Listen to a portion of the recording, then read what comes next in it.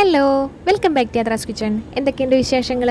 അതെ, നമ്മളിന്ന് വന്നിരിക്കുന്നത് വളരെ സിമ്പിളായിട്ട് നല്ല ടേസ്റ്റി ആയിട്ടുള്ള ഒരു റെസിപ്പി ആയിട്ടാണ് കേട്ടോ. നമുക്കെല്ലാവർക്കും ഇഷ്ടമുള്ളതാണ് നല്ല നാടൻ കറികളൊക്കെ അല്ലേ.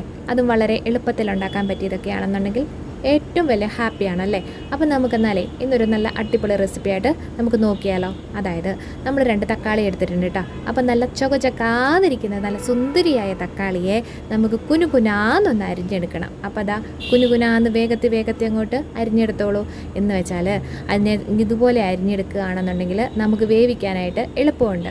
അതല്ലാന്നുണ്ടെങ്കിൽ ഇത്തിരി വലുതായിട്ട് അരിഞ്ഞെന്നോർത്തുകൊണ്ടൊന്നും ഒരു കുഴപ്പമില്ല. ഇനിയിപ്പോൾ അരച്ചെടുക്കണം എന്ന് വെച്ചിട്ടുണ്ടെങ്കിൽ അങ്ങനെയും ആവാം. ഞാൻ എന്തായാലും ഇവിടെ അരിഞ്ഞാണ് കേട്ടോ എടുത്തിരിക്കുന്നത്.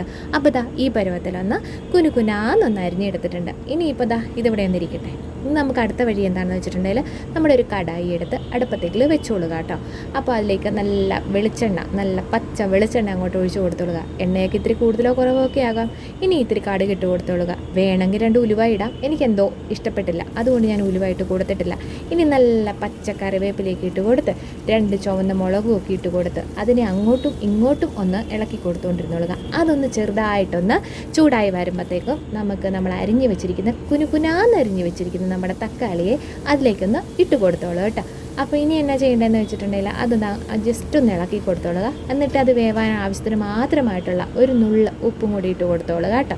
ഉപ്പ് നമുക്ക് ഇപ്പോൾ ഇട്ട് കൊടുക്കണമെന്ന് വലിയ നിർബന്ധമൊന്നുമില്ല. പിന്നെ വേവാൻ എളുപ്പത്തിന് മാത്രം ഇതുപോലെ ഒന്ന് ഇട്ട് കൊടുത്തേ ഉള്ളൂ. എന്നാൽ പിന്നെ അതിനെ ആ ഉപ്പും കൂടി ഒന്ന് ഇട്ട് കൊടുത്തതിന് ശേഷം ഒന്നുകൂടി ഒന്ന് വഴറ്റിയിട്ട് നമുക്കൊന്ന് അടച്ചു വെക്കാം. വെള്ളം ഒന്നും ചേർത്ത് കൊടുക്കേണ്ട കാര്യമില്ല. ലോ ഫ്ലെയിമിൽ ഇട്ട് കൊടുത്താൽ മതിയാവും. എങ്കിൽ പിന്നെ അതവിടെ ഒന്ന് വേവട്ടെ. ഇനി അടുത്ത പരിപാടി എന്താണെന്നല്ലേ, നമുക്ക് ഇതിനൊക്കെ കുറച്ച് അരപ്പ് ചെയ്യേണ്ടതുണ്ട്. അപ്പോൾ ആ അരപ്പിന് വേണ്ടിയിട്ട് കുറച്ച് തേങ്ങ എടുത്തിട്ടുണ്ട്. തേങ്ങ കൂടുതലോ കുറവോ എന്തോ ആയിക്കോട്ടെ, കുഴപ്പമില്ല. കുറച്ച് ജീരകം എടുത്തിട്ടുണ്ട്, മഞ്ഞൾപ്പൊടിയുണ്ട്, 2 അല്ലി വെളുത്തുള്ളിയോടെ എടുത്തിട്ടുണ്ട് കേട്ടോ. അപ്പോൾ ഇനി നമുക്ക് ചെയ്യേണ്ടത് നമ്മുടെ ഈ അരപ്പൊന്ന് അരച്ചെടുക്കാനായിട്ട് ഇടണം. കല്ലേലോ അതല്ലാന്നുണ്ടെങ്കിൽ മിക്സിയിലോ എന്തെങ്കിലുമൊക്കെ ആയിക്കോട്ടെ. എല്ലാവരും ഒക്കെ ഇപ്പോൾ എളുപ്പപ്പണിയല്ലേ, മിക്സിക്കകത്തോട്ടല്ലേ ഇടാറല്ലേ. അപ്പോൾ ഇതാ ഇത്തിരി വെള്ളം ഒഴിച്ചു കൊടുത്തിട്ടുണ്ട്. ഇനി നല്ല വെണ്ണ പോലെ ഒന്ന് അരച്ചു കൊടുത്തിട്ടുണ്ട്. അപ്പോഴത്തേക്കും നമ്മുടെ തക്കാളി ഒന്ന് വെന്ത് വന്നിട്ടുണ്ട്. ജസ്റ്റ് ഒന്ന് വെന്ത് വന്നാൽ മതി. അതിൻ്റെ നമുക്ക് നോക്കുമ്പോൾ മനസ്സിലാവുമല്ലോ, എന്താ പറയുക, അതിൻ്റെ ആ ഉടഞ്ഞുടഞ്ഞ് ഏകദേശം വരുന്ന ആ ഒരു പരുവത്തിനാകുമ്പോഴത്തേക്കും നമ്മുടെ തക്കാളി വെന്തു എന്നാണ് അർത്ഥം കേട്ടോ. അപ്പോൾ ഇനി നമുക്ക് ചെയ്യേണ്ടത് നമ്മൾ അരച്ച് വെച്ചിരിക്കുന്ന അരപ്പ് അതിൻ്റെ അകത്തോട്ടൊന്ന് ഇട്ട് കൊടുത്തുള്ള. വേറൊന്നിനുമല്ല, അതിൻ്റെ ആ അരപ്പിൻ്റെ ആ ഒരു പച്ചമണമൊക്കെ ഒന്ന് മാറിക്കിട്ടാൻ വേണ്ടിയിട്ട് നമ്മുടെ ആ തക്കാളിക്കകത്തോട്ട് ഇട്ട് കൊടുത്ത് ഒന്ന് വഴറ്റി എടുക്കുകയാണെന്നുണ്ടെങ്കിൽ നല്ലതായിരിക്കും. ഇനിയിപ്പോൾ അതുപോലെ ചെയ്തെന്ന് ഓർത്തോണ്ടും കുഴപ്പമൊന്നുമില്ല. എന്തായാലും ഞാൻ അതിനകത്തോട്ട് ഇട്ട് കൊടുത്തിട്ടുണ്ട്. ഒന്ന് ജസ്റ്റ് ഒന്ന് ഇളക്കി കൊടുത്തിട്ട് ഒരിത്തിരി വെള്ളം, അതായത് നമ്മുടെ മിക്സിയുടെ ജാറ് കഴുകിയിട്ട് ഇത്തിരി വെള്ളം കൂടെ ഒഴിച്ചു കൊടുത്ത് അതിനെ നമുക്ക് ചെറുതായിട്ടൊന്ന് തിളപ്പിച്ചെടുക്കണം. അത്രയേ ഉള്ളൂ കേട്ടോ. എന്നാൽ പിന്നെ അതിന് തിളച്ചോട്ടെ അല്ലേ. നമുക്ക് അന്നേരത്തേക്ക് വേറെ ഇവിടെ പരിപാടിയുണ്ട്. പിന്നെ ഇതൊക്കെ തിളയ്ക്കുന്ന സമയം കൊണ്ടേ നമ്മുടെ വീഡിയോ ആദ്യമായിട്ട് കാണുന്നവരാണെന്നുണ്ടെങ്കിൽ ഒരു ലൈക്കും ഷെയറും സബ്സ്ക്രൈബും കമൻറ്റും ഒക്കെ ചെയ്യാനായിട്ട് മറക്കണ്ട കേട്ടോ. അതായത് വെറുതെ കണ്ടുപോയേക്കല്ലേ, ഒന്ന് ലൈക്ക് ചെയ്യേക്കണം എന്നർത്ഥം. അത്രയേ ഉള്ളൂന്നേ, വേറൊന്നുമില്ല. അങ്ങനെ നമ്മുടെ കറിയൊക്കെ ഒന്ന് തിളച്ച് വന്നപ്പോഴത്തേക്കും നമുക്കിവിടെ ഒരു കുറച്ച് തൈര് എടുത്തിട്ടുണ്ട്. അതായത് ഞാനിവിടെ തലേന്ന് എടുത്ത് വെച്ചിരുന്ന തൈരിൻ്റെ കുറച്ച് ബാക്കി തൈര് ഇരുന്നാണ്. അപ്പോൾ അതൊന്ന് മോരുകറിയായിട്ട് തന്നെ വെക്കാനൊരു ബുദ്ധിമുട്ട് കാരണമാണ്. കാരണം കുറച്ചേ ഉണ്ടായിരുന്നുള്ളൂ താനും. അതുകൊണ്ട് അതിൻ്റെ അകത്തേക്ക് കുറച്ച് വെള്ളം ഒഴിച്ചു കൊടുത്തിട്ടുണ്ട് കേട്ടോ.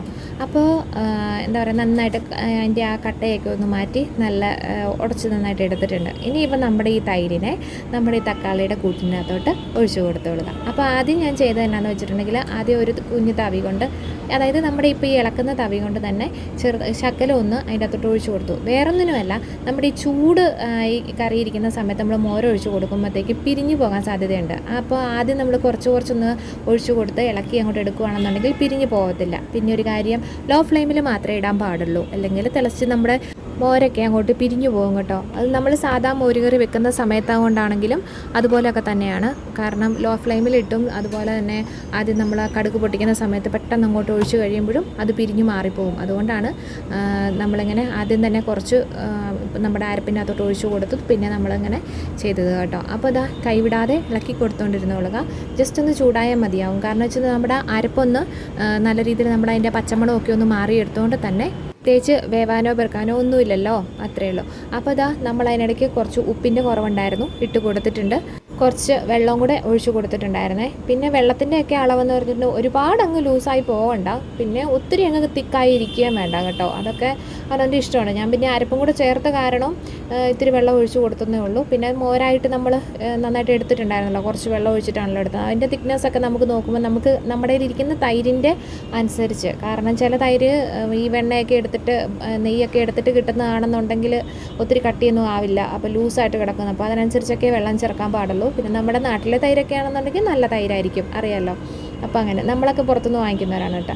അപ്പോൾ ഇതാ നമ്മുടെ കറിയൊക്കെ ഒന്ന് ചൂടായി വന്നിട്ടുണ്ട്. ചൂടായി വരുമ്പോൾ അതിൻ്റെ സൈഡിൽ കൂടി ഇങ്ങനെ കട്ട പോലെ വരും. അപ്പോൾ നമുക്ക് മനസ്സിലാക്കാവുന്നതേ ഉള്ളൂ.